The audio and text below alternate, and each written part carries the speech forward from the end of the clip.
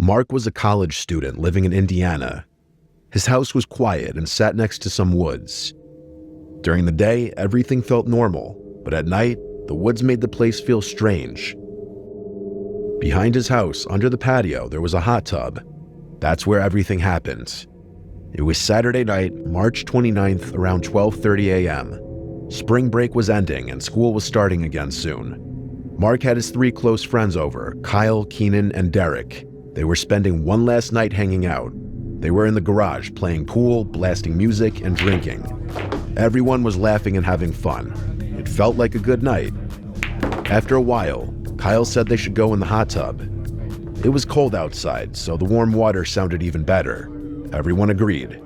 They got changed into swim trunks, grabbed their drinks, and went into the hot tub. The warm water felt good as they talked, made jokes, and didn't pay attention to the time. Then they heard something. It was the sound of sticks breaking, like footsteps coming from the woods. It didn't sound like an animal, it sounded like a person. They all went quiet and looked around. Keenan tried to calm everyone down and said it was probably nothing. The others laughed, but it was more to stop feeling nervous. They turned the music up louder and tried to keep talking. About 10 minutes later, a man walked out of the woods. He stepped into the light from the patio. He was wearing a long black coat, white sweatpants, and a gaming headset. His eyes were wide, and his face didn't show any feeling. Everyone jumped. They yelled at him and asked who he was and what he was doing. The man raised his hands and said his name was Seth. He said he was 33 years old and he heard them laughing and wanted to join. The guys just looked at each other, confused. Mark told him to leave, but he didn't listen. Instead, Seth took off his coat, then his shoes, and then his pants. He was now in only his underwear. Then he got into the hot tub. No one knew what to say. Mark pulled out his phone and started recording, not for fun, but because the whole thing felt unreal. This was the footage he captured.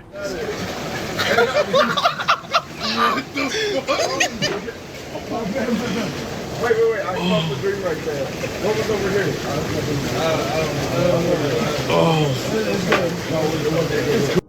They started asking Seth questions, like where he came from and if he knew anyone there. He just kept saying he heard them laughing and wanted to hang out. Then he said something really disturbing. He said he had molested a child. That changed everything, obviously. The guys jumped out of the hot tub and started yelling at him to leave. They pulled him out of the water. Seth didn't try to stop them. He just stood there, dripping wet and staring. Then he slowly walked back into the woods without saying anything. The group ran inside and locked all the doors. Some of them laughed nervously, trying to shake it off, but Mark and Kyle didn't feel okay. They felt like it wasn't over. About 15 minutes passed. Kyle said they should go back out to lock the hot tub. Mark said okay. So they got flashlights and stepped outside. That's when Mark saw something next to the hot tub. It was a phone. He picked it up and saw the screen light up. Whatever was on the lock screen made him drop the phone. He didn't say what it was, but it scared him. He said he thought Seth would come back, so they ran inside and told the others. Everyone tried to stay calm. Then they heard a tapping sound on the window. Mark already knew who it was. He opened the curtain, and wouldn't you know it, Seth was standing right there. His face was pale, his eyes were wide open, and he had a creepy smile. He didn't say anything, he didn't move, he just stared. Mark yelled for Kyle. Kyle ran in and called the police. Mark grabbed a bat and went to the front door. He yelled for Seth to leave and take his phone. Seth didn't answer. Instead, he slowly walked around the side of the house. Mark followed a little bit and looked through the patio window. Seth was standing there again, staring inside. Mark told him the cops were coming and that he needed to leave, but Seth didn't move.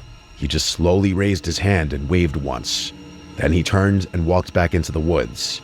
The police arrived a few minutes later. The guys told them everything. The officers searched the woods and found Seth standing alone, just looking toward the house. They arrested him for trespassing, and everyone thought it was over. But Mark didn't feel that way. A few days later, he saw a post on Snapchat from a girl who lived nearby. It was a video. It showed another man, not Seth, trying to break into her house late at night. That's what bothered Mark the most. It meant Seth might not be the only one out there. There could be more. They could be connected, and they might not be done.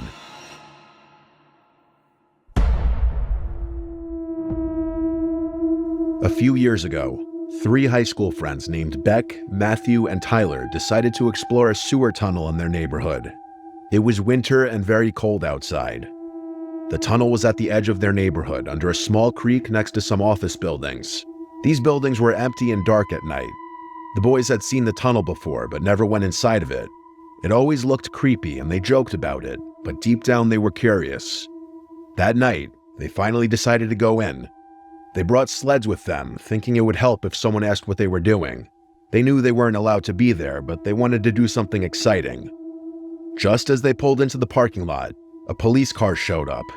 A police officer got out and asked what they were doing there. Someone had apparently seen them on the security camera. Tyler quickly said that they were just going sledding. The officer looked at them for a moment, then told them to leave. So they left, but only for a little while. After driving around for about 30 minutes, they came back. This time, they parked farther away, behind a building where no one could see them. They walked down a hill behind the buildings. They could see their breath in the cold, crisp air. They stood in front of the tunnel, noting how big, round, and completely dark inside it was.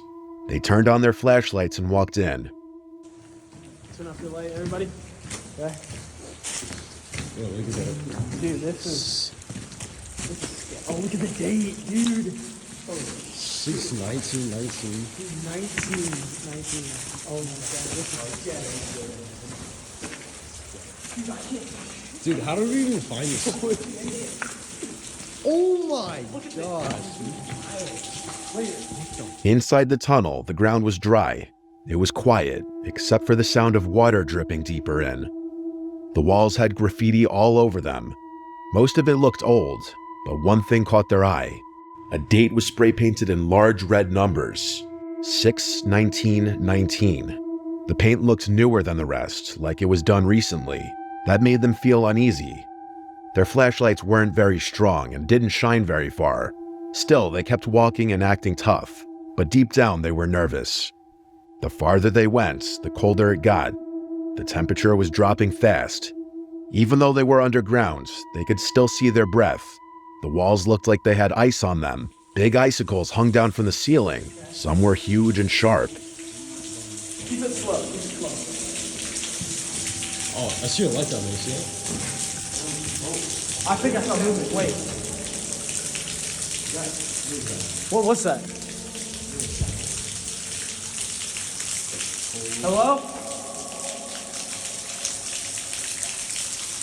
So keep going? Can we keep going? Move forward.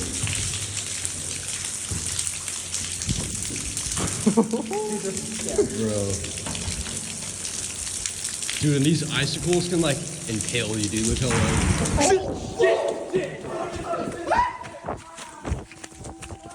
Suddenly, a loud cracking sound echoing from further down the tunnel sends the group fleeing in fear. The sound resembled something heavy hitting stone. It wasn't any of them. The sound came from deeper inside the tunnel, too far to see. They tripped, slid, and bumped into each other as they rushed to get out.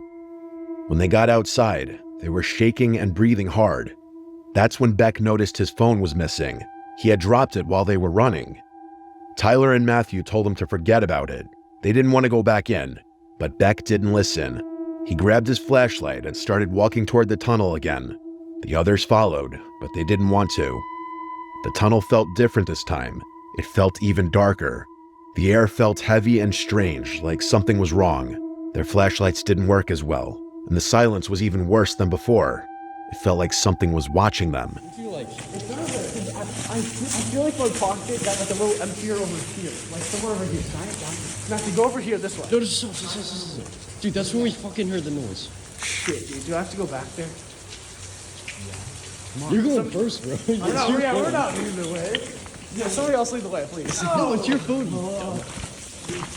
At some point off camera, Beck found his phone. Afterwards, the group continued deeper into the tunnel investigating. And that's when they heard a sound. That rock. It must have hit like here or something. What was it? Do you remember what A loud scream came from deeper in the tunnel. It echoed off the walls and felt like it was getting closer. They didn't wait. They turned and ran as fast as they could. This time, no one talked, no one looked back. They just ran. They got to the car, jumped in, and drove away without stopping. The car ride back was mostly silent. The three friends thought it was over when they all got home. They were ready to move on with their lives. But late that night, Beck's doorbell rang twice. This was at some off hour in the night. When Beck's dad went to answer the door, nobody was there. This, of course, begs the question, were the boys followed home that night? Or was it simply a very unfortunately timed ding-dong ditch? That remains a mystery. The night left more questions than answers for the three friends, but they all heard the noises and of course got it on video. Perhaps it was something they weren't meant to stumble upon.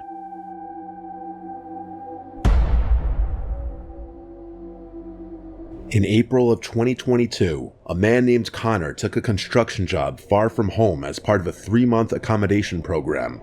The pay was decent, and he needed every dollar. He wasn't in the best place financially, and the bonus of working alongside his longtime friend Jim made the opportunity more appealing. They figured it would be a nice change of pace, extra cash, time away from home, and some peace from the chaos of everyday life. The job itself wasn't bad. A few weeks in, Ryan had adjusted well to the routine, but the area they were stationed in was remote, deep in rural countryside. There were long, winding roads with barely any signs of life. It wasn't unusual to go miles without seeing a single home. Ryan had always loved the outdoors, and he saw this isolation as a chance to unplug. Most of his coworkers blew their weekends drinking, but Ryan had different plans. He wanted solitude. He wanted quiet. So when Friday rolled around, he packed his gear and prepared for a weekend of hiking and camping deep within the woods. A narrow trailhead just 5 minutes from his temporary accommodation became his entry point. Within 20 minutes, he was deep in the forest. The only sound was the wind and the crunch of his boots. He smoked a couple joints as he made his way further in, letting the stress just melt away. The isolation was comforting for him. Well, at first. Around 7 p.m., the sun began to sink behind the treetops. Shadows stretched long across the trail. Ryan knew it was time to find a place to settle. That's when he noticed something unusual. There was a scent in the air, burning firewood, and a light layer of smoke drifted between the trees. At first, it seemed normal, maybe another camper, maybe a local. But then, he caught something just barely in the corner of his vision. The faint orange glow of fire flickering through the trees.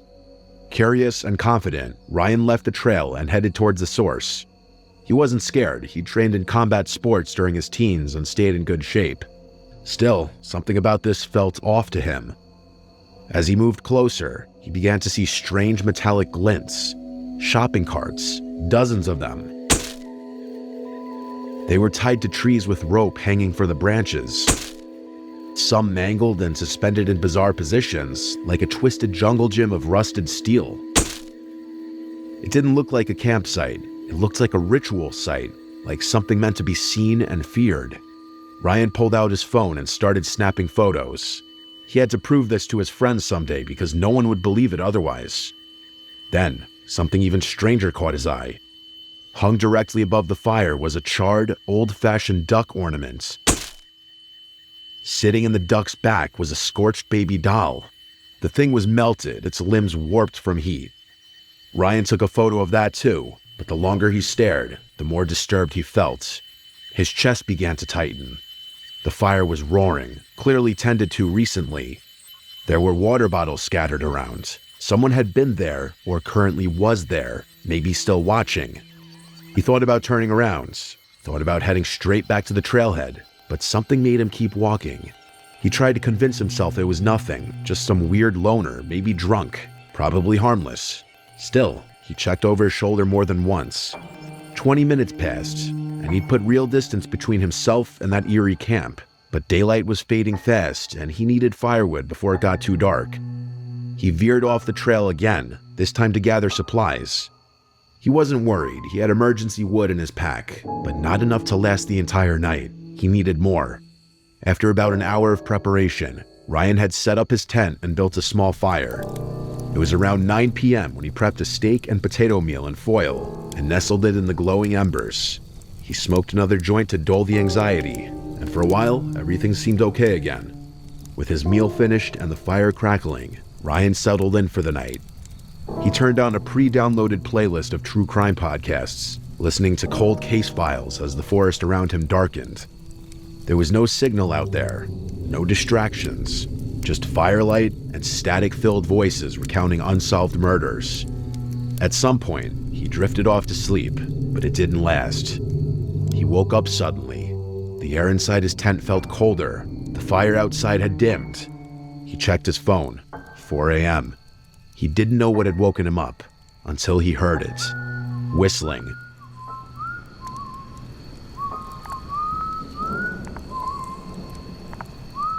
A slow, eerie tune carried through the trees surrounding his camp.